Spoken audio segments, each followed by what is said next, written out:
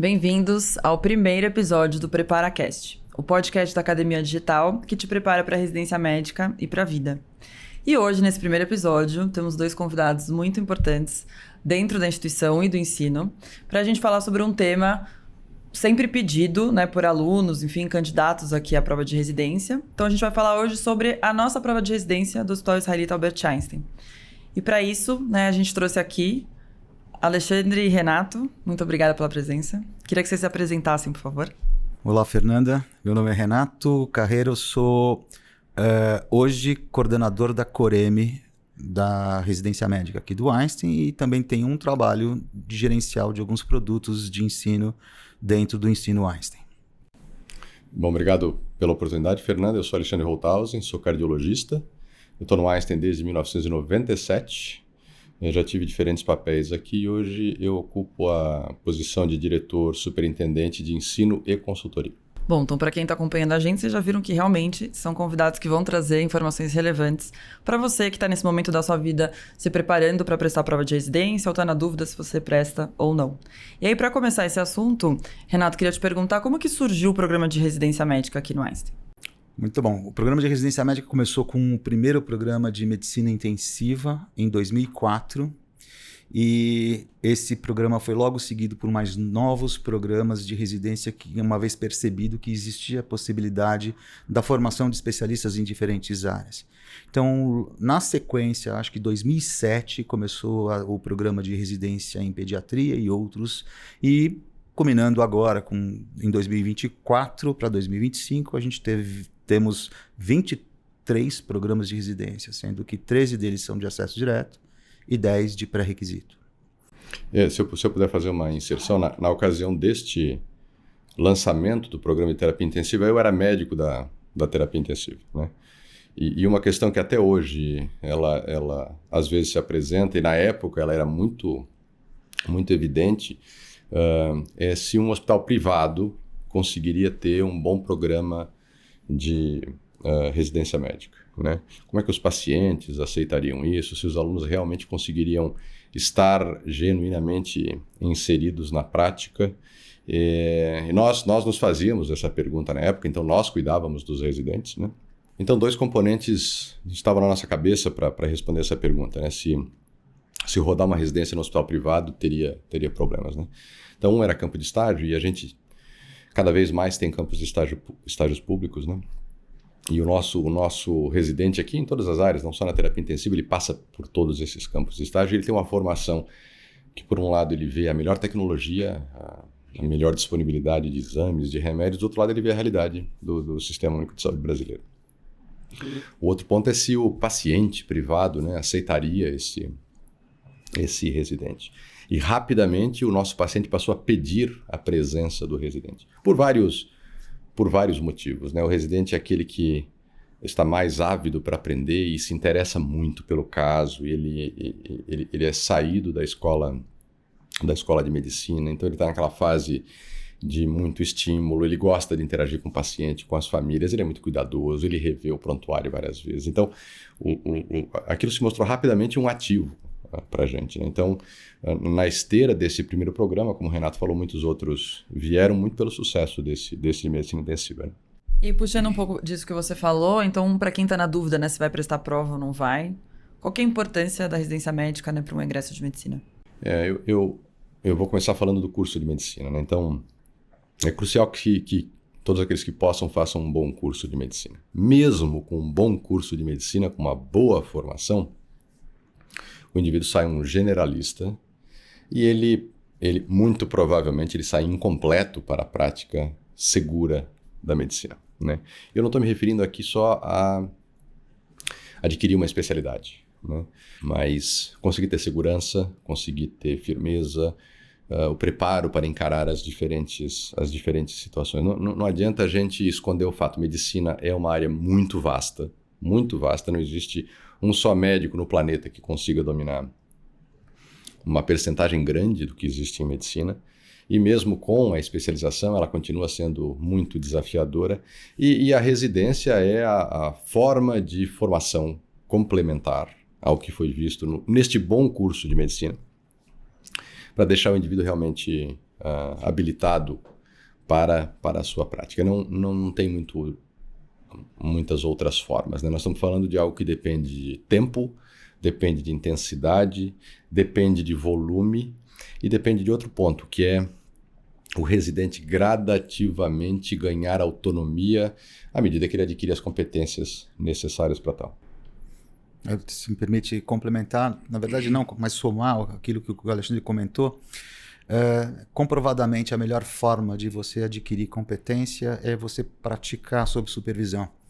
E se olhar qual é o modelo hoje existente no mercado, nacional e internacional, de formação de um especialista que traduz a formação e ganho de competências sob supervisão, ou seja, o aprendizado em serviço com alguém supervisionando sempre, em todos os momentos, e sempre também trazendo o ganho de autonomia cruzando com a capacidade adquirida. Então, quanto mais competente fica o indivíduo, ele mais tem autonomia para executar as tarefas, e quem avalia isso é quem pode supervisionar. Só tem um modelo que determina isso, que é programas de residência médica.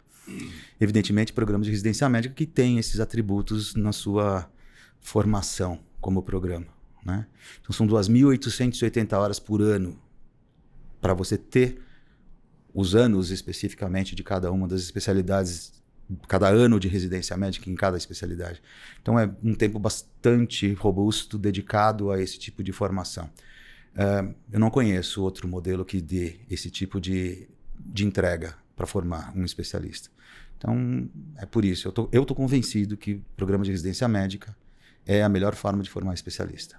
Então, falando um pouco sobre o nosso processo seletivo, como que funciona, né? Conta um pouquinho pra gente um pouco mais de detalhes, ou como a pessoa pode se preparar, né, para a nossa prova, quais são os comportamentos esperados, as competências avaliadas. Tem uma coisa bastante interessante que o Einstein tem isso por princípio, né? Ele é uma instituição que tem diferentes características, mas ele sempre preza aquilo que mais é importante para quem atua na saúde, que é o bem do paciente. Então, tudo que é formado, tudo que é feito, tudo que é executado aqui dentro tem esse princípio, ou tem pelo menos essa lógica de buscar a melhor qualidade de atenção ao doente, propriamente dito. Quando a gente olha isso e cruza com aquilo que existe de estrutura nos diferentes domínios que a instituição preza, saúde, educação, pesquisa, responsabilidade social, a gente entende a necessidade de olhar esses domínios como coisas importantes para se ter competências e desenvolver mais competências em cima desse substrato. Isso é basicamente o que a gente avalia no indivíduo quando ele entra num processo seletivo para a residência médica. Então, o conhecimento médico é fundamental. Como o Alexandre comentou, você ter um embasamento numa escola, uma boa escola, traduz que você teve competências desenvolvidas do ponto de vista de conhecimento técnico da medicina, mas tem outros atributos que são fundamentais e necessários para desenvolver um bom médico e um bom especialista. E são esses atributos que a gente insere dentro do contexto avaliativo do processo seletivo. Então, o nosso processo seletivo já há algum tempo ele é dividido em fases. A primeira fase é dedicada a conhecimento médico, que é obrigatório, inclusive respeitando o que existe de regra legal. Uma segunda fase que avalia também o conhecimento médico associado a um conhecimento não técnico, que são aspectos não cognitivos, que são muito importantes para desenvolver um profissional de qualquer área. Mas na área médica isso é muito mais importante, muito mais visível. Então, capacidade de trabalhar em equipe, profissionalismo, ética e outras tantas competências necessárias a serem avaliadas e que fazem parte desse segundo momento de avaliação, que é a segunda fase. E tem uma terceira fase, que é a construção de um currículo que o indivíduo apresentou ou durante a sua formação de graduação ou para os programas de pré-requisito, aquilo que ele desenvolveu durante os programas de residência de acesso direto para obtenção da possibilidade de pré-requisito. E esse subgrupo de competências que são avaliadas na análise de currículo envolvem, inclusive, questões relacionadas a atributos de pesquisa, iniciação científica ou mesmo publicações científicas em publicações internacionais e nacionais, mas que tenham relevância no cenário de publicação, e também questões relacionadas a voluntariado, que é um dos princípios que sempre é entendido como um princípio importante para a instituição, para a Sociedade Becsedis Israelita Albert Einstein. Eu acho que se a gente olhar de trás para frente, eu caracterizaria a nossa prova como um conjunto de desafios para identificar aqueles indivíduos que estão melhor equipados, que têm os melhores predicativos, como o Renato falou, na área técnica, na área socioemocional, na área comportamental, naquilo que a gente chama de profissionalização, né? E também em áreas adjuntas, como ele falou, pesquisa, filantropia, etc., para que esse indivíduo tenha as ferramentas para encarar os anos que vêm pela frente, né? É um processo competitivo, é um processo duro, a relação com o candidato vaga é muito alta, mas mesmo assim a gente se dedica a desenhar tanto a prova teórica quanto a prova prática para que elas tenham algumas características, né? Então, primeiro, que ela seja voltada a questões realmente relevantes e não filigranas, não detalhes, não rodapés de livro. Segundo, para que ela seja o mais objetiva possível.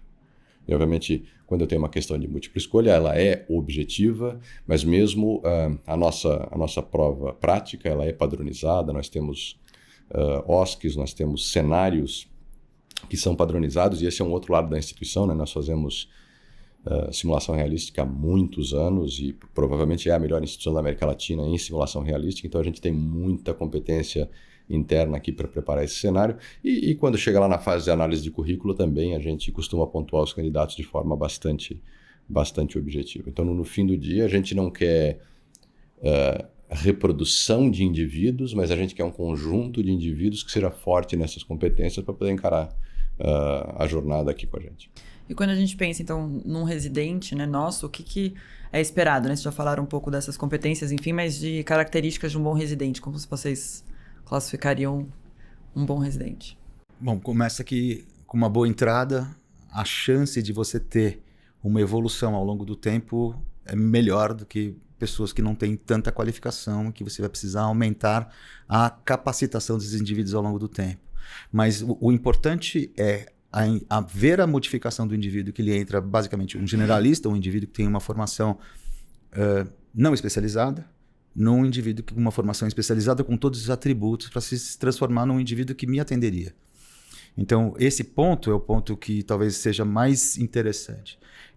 A gente tem como princípio a ideia de formar especialistas, a semelhança como a gente forma na graduação, pessoas que seriam médicos capazes de atender uma grande gama de condições e de pessoas.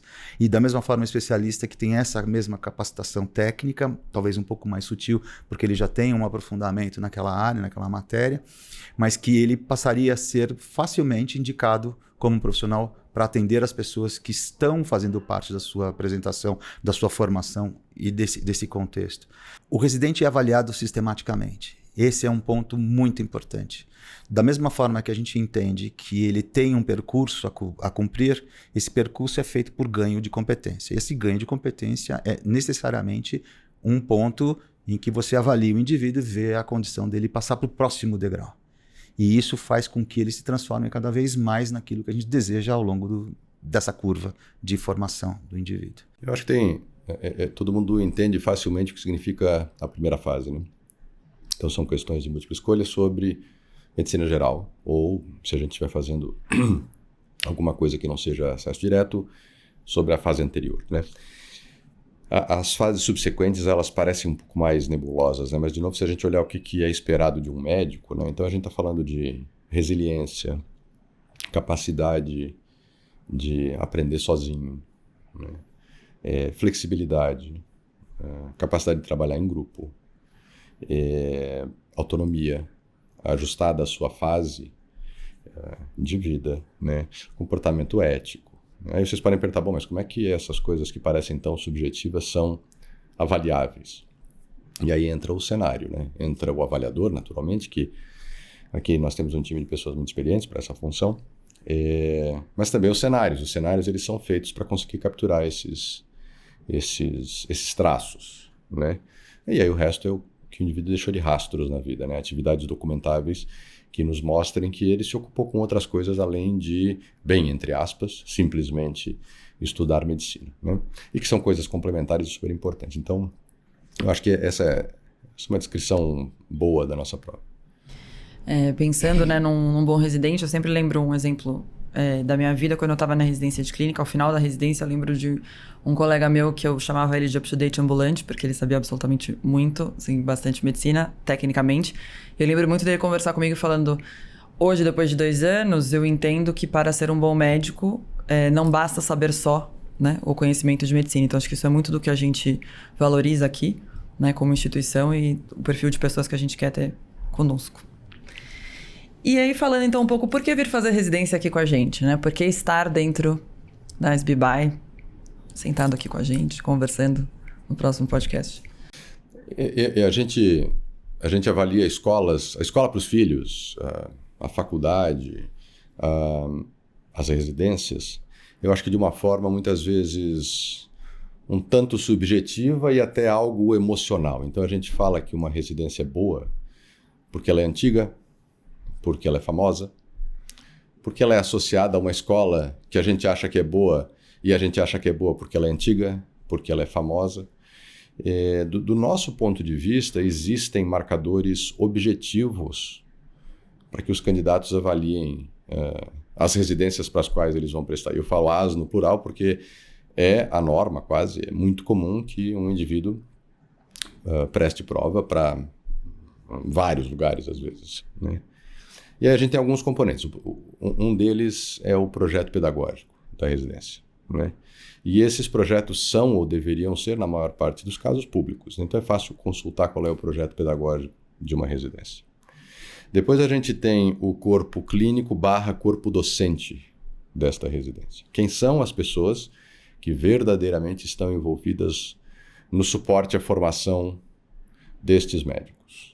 Do ponto de vista de supervisão, mais diretamente, então a gente fala do supervisor, do preceptor, mas também no dia a dia, servindo como modelos. E esta também é uma questão mensurável. Não basta saber o nome das pessoas e os seus currículos, mas saber se elas verdadeiramente estão presentes, né? O próximo componente é a infraestrutura, né? Então, espaço físico, tecnologia e um pedaço adicional de infraestrutura, que é aquele relacionado ao bem-estar do próprio residente, né? E isto também é avaliável. E se isso não estiver disponível num site, é possível ir até o lugar e visitar, né? O próximo componente é o mix de volume e variedade de condições, volume de pacientes e variedade de condições médicas às quais os residentes vão ser expostos. E aqui interessa não só o volume absoluto, mas também o volume por residente. Então, às vezes, o volume é grande num lugar, mas o número de residentes é enorme e as oportunidades não são tão boas quanto de outros lugares, né? O mix de pacientes, né? Então, como eu mencionei, pacientes do setor público, pacientes do setor privado. Depois, a qualidade dos colegas residentes, né?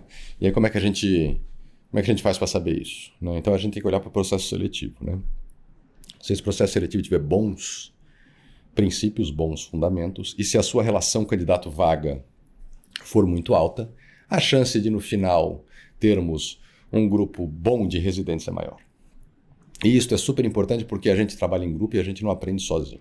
E os residentes tendem a acabar homogeneizando o seu comportamento ao longo dos anos, pela proximidade, pela camaradagem, por vários outros fatores. Então, olhando essas coisas, né, repetindo, infraestrutura, corpo docente e corpo clínico, mix, volume de pacientes, público, privado, a qualidade dos médicos entrantes, né, dos residentes entrantes, o projeto pedagógico. Estas coisas elas são mais concretas e nos permitem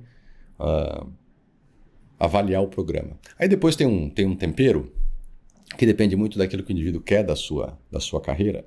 Então ele já está pensando na próxima residência que ele vai fazer, ou ele é mais voltado para uma medicina mais ambulatorial, então ele olha como é que é a cara daquele lugar. Não, ele gosta mais de urgência, de emergência. Então, mas isso acho que é um tempero, porque essas coisas são são mais contornáveis. Outro jeito de avaliar o programa é conversar com aqueles que estão cursando aquele programa. A gente diz aqui para qualquer projeto educacional nosso que a gente depende de um tripé, que é a satisfação do aluno, ou do residente, no caso, satisfação docente e qualidade de ensino, aprendizagem. Né? Não é fácil assim medir isso, a gente mede continuamente, está sempre aperfeiçoando, mas um jeito rápido para um candidato é conversar com as pessoas envolvidas com aquele programa de residência. Aqui no nosso local, por exemplo, a gente frequentemente tem visita de pessoas que estão na sua escola médica, acabaram de deixar a escola médica, tentando entender se essa é ou não é a melhor opção. Quando a gente faz a autoanálise, ou quando a gente interroga pessoas sobre isso, a nossa impressão genuína é de que o nosso combo é muito forte, né? Muito, muito forte. Então a gente acredita que tenha, tanto do ponto de vista específico de cada programa, quanto do ponto de vista geral, um programa muito robusto. Tem uma coisa que é interessante, que eu já falou que a gente mede muitas as coisas. Isso é muito interessante porque medir várias coisas te dá a capacidade de você corrigir rapidamente eventuais deformações na condução de um determinado produto, ainda mais um produto de ensino. E uma coisa interessante dentro desse pacote é que a gente não avalia só o indivíduo na entrada e no decorrer do curso, mas logo depois que ele sai.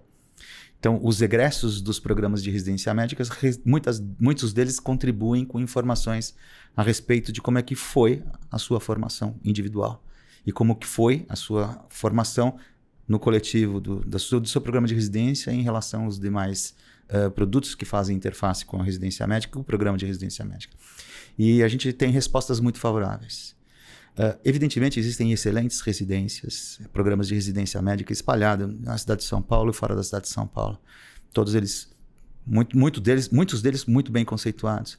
O nosso também é muito bem conceituado. E assim, se eu pudesse fazer uma autopropaganda, eu diria que eu faria residência médica no Einstein.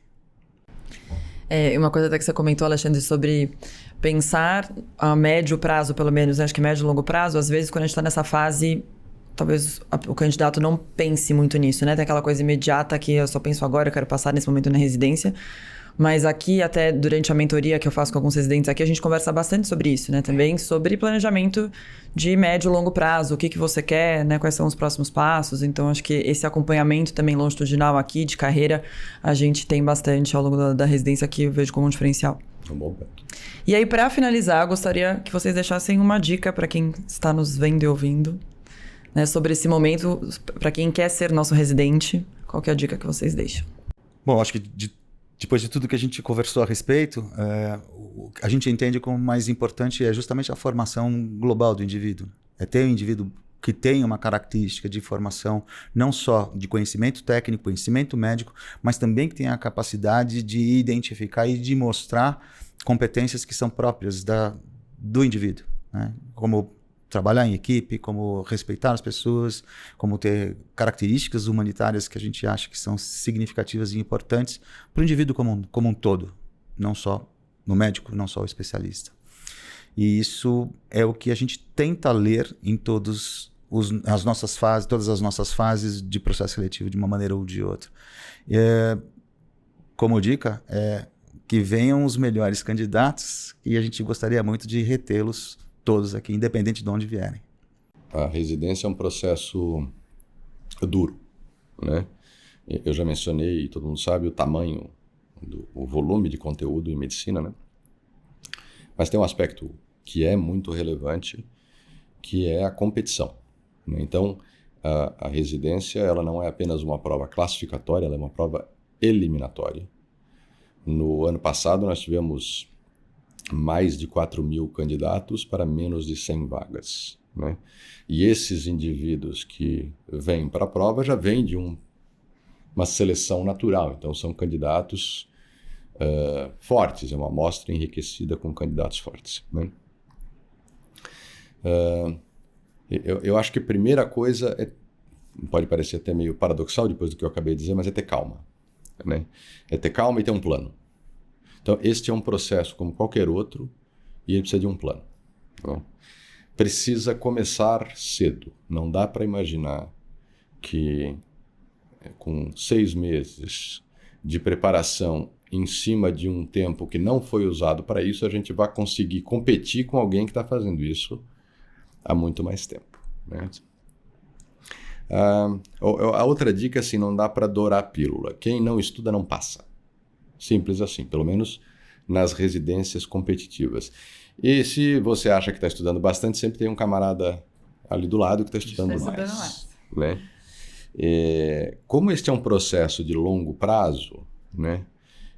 E aí vai mais uma observação que pode parecer contraditória, é importante ter vida. Né? Então é importante ter equilíbrio entre um grande tempo dedicado ao estudo e a sua vida pessoal. Né? Prática de esporte, comer bem, dormir bem, se divertir com os amigos, ter vida social.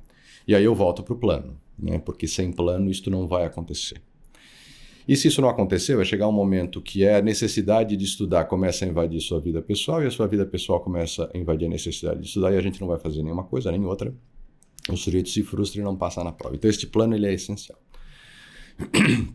Um outro ponto que eu acho importante é assim, não terceirizem este processo. Né? Este processo, por diferentes razões, na minha opinião, deve pertencer ao candidato. Né? A forma mais comum de terceirizar esse processo é um cursinho de residência. Então o sujeito não se preparou adequadamente e ele terceiriza agora para o cursinho a obrigação dele de passar. Na verdade, o sujeito vai para casa satisfeito porque ele dedicou horas a ficar no cursinho, mas não necessariamente ele está aprendendo. E como ele não tem um plano adequado, ele não consegue comparar se ele está atingindo as metas que ele deveria estar atingindo.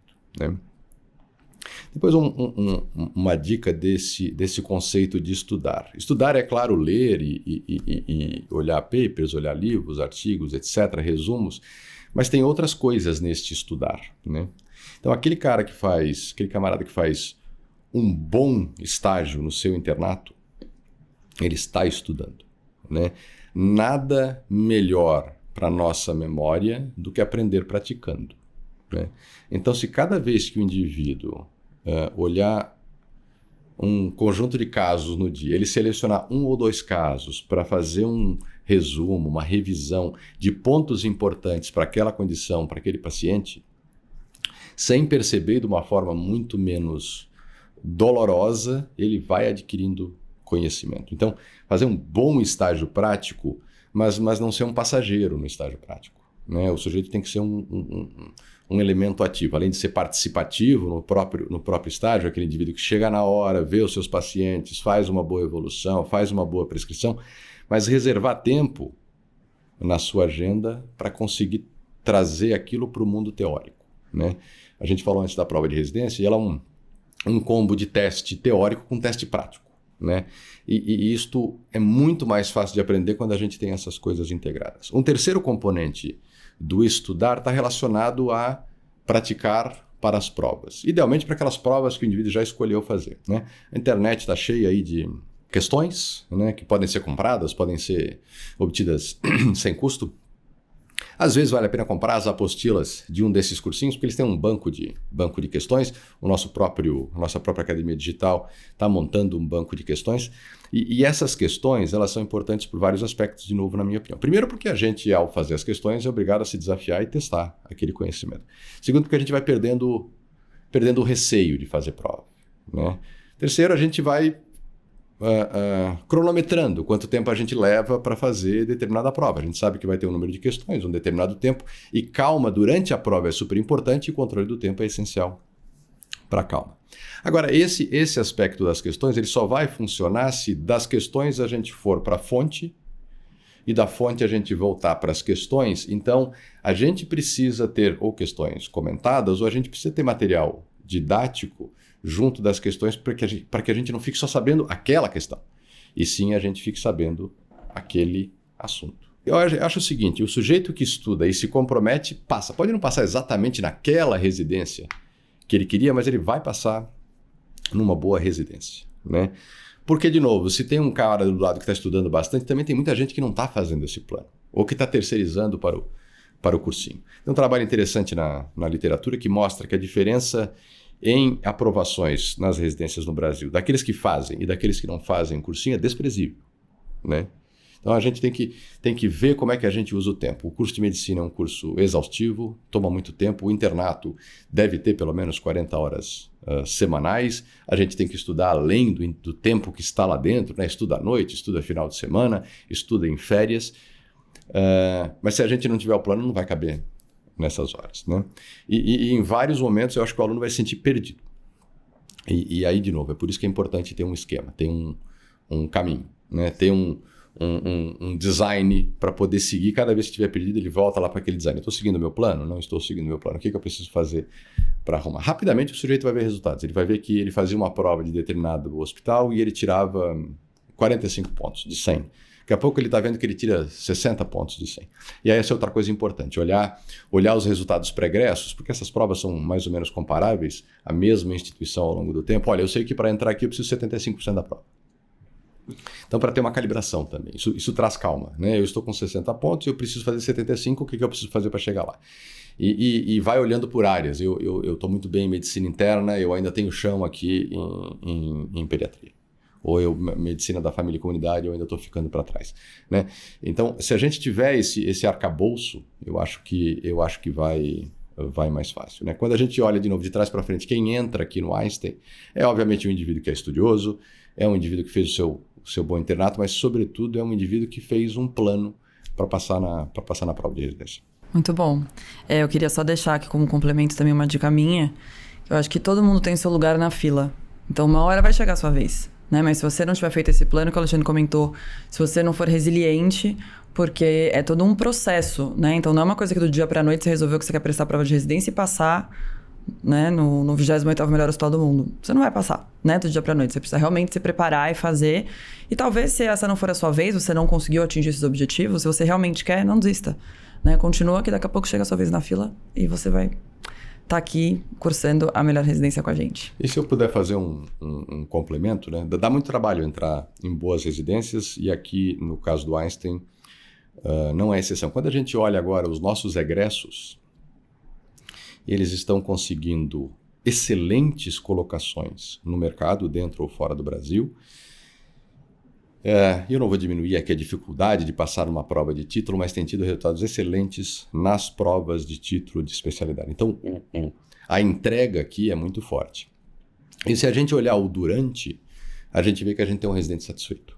As nossas avaliações mostram um residente que trabalha muito, que se dedica muito, que estuda muito, que é cobrado, mas ele se sente num lugar onde tem justiça, tem respeito, tem reconhecimento, tem oportunidades, tem supervisão, tem atenção, aquela que é devida ao médico, mas também à pessoa, né? O médico residente é a pessoa. Então eu acho que vale muito a pena este esforço, né? A gente acabou de descrever aqui uma etapa que tem muito esforço envolvido, né? E eu acho que, com certeza, aqui no Einstein, passar aqui no Einstein, vale a pena todo esse esforço. Gente, muito obrigada pela presença. Tenho certeza que a gente sanou muitas dúvidas e angústias das pessoas que estão nos acompanhando aqui. E para mais conteúdos como esse, acesse academiadigital.einstein.br.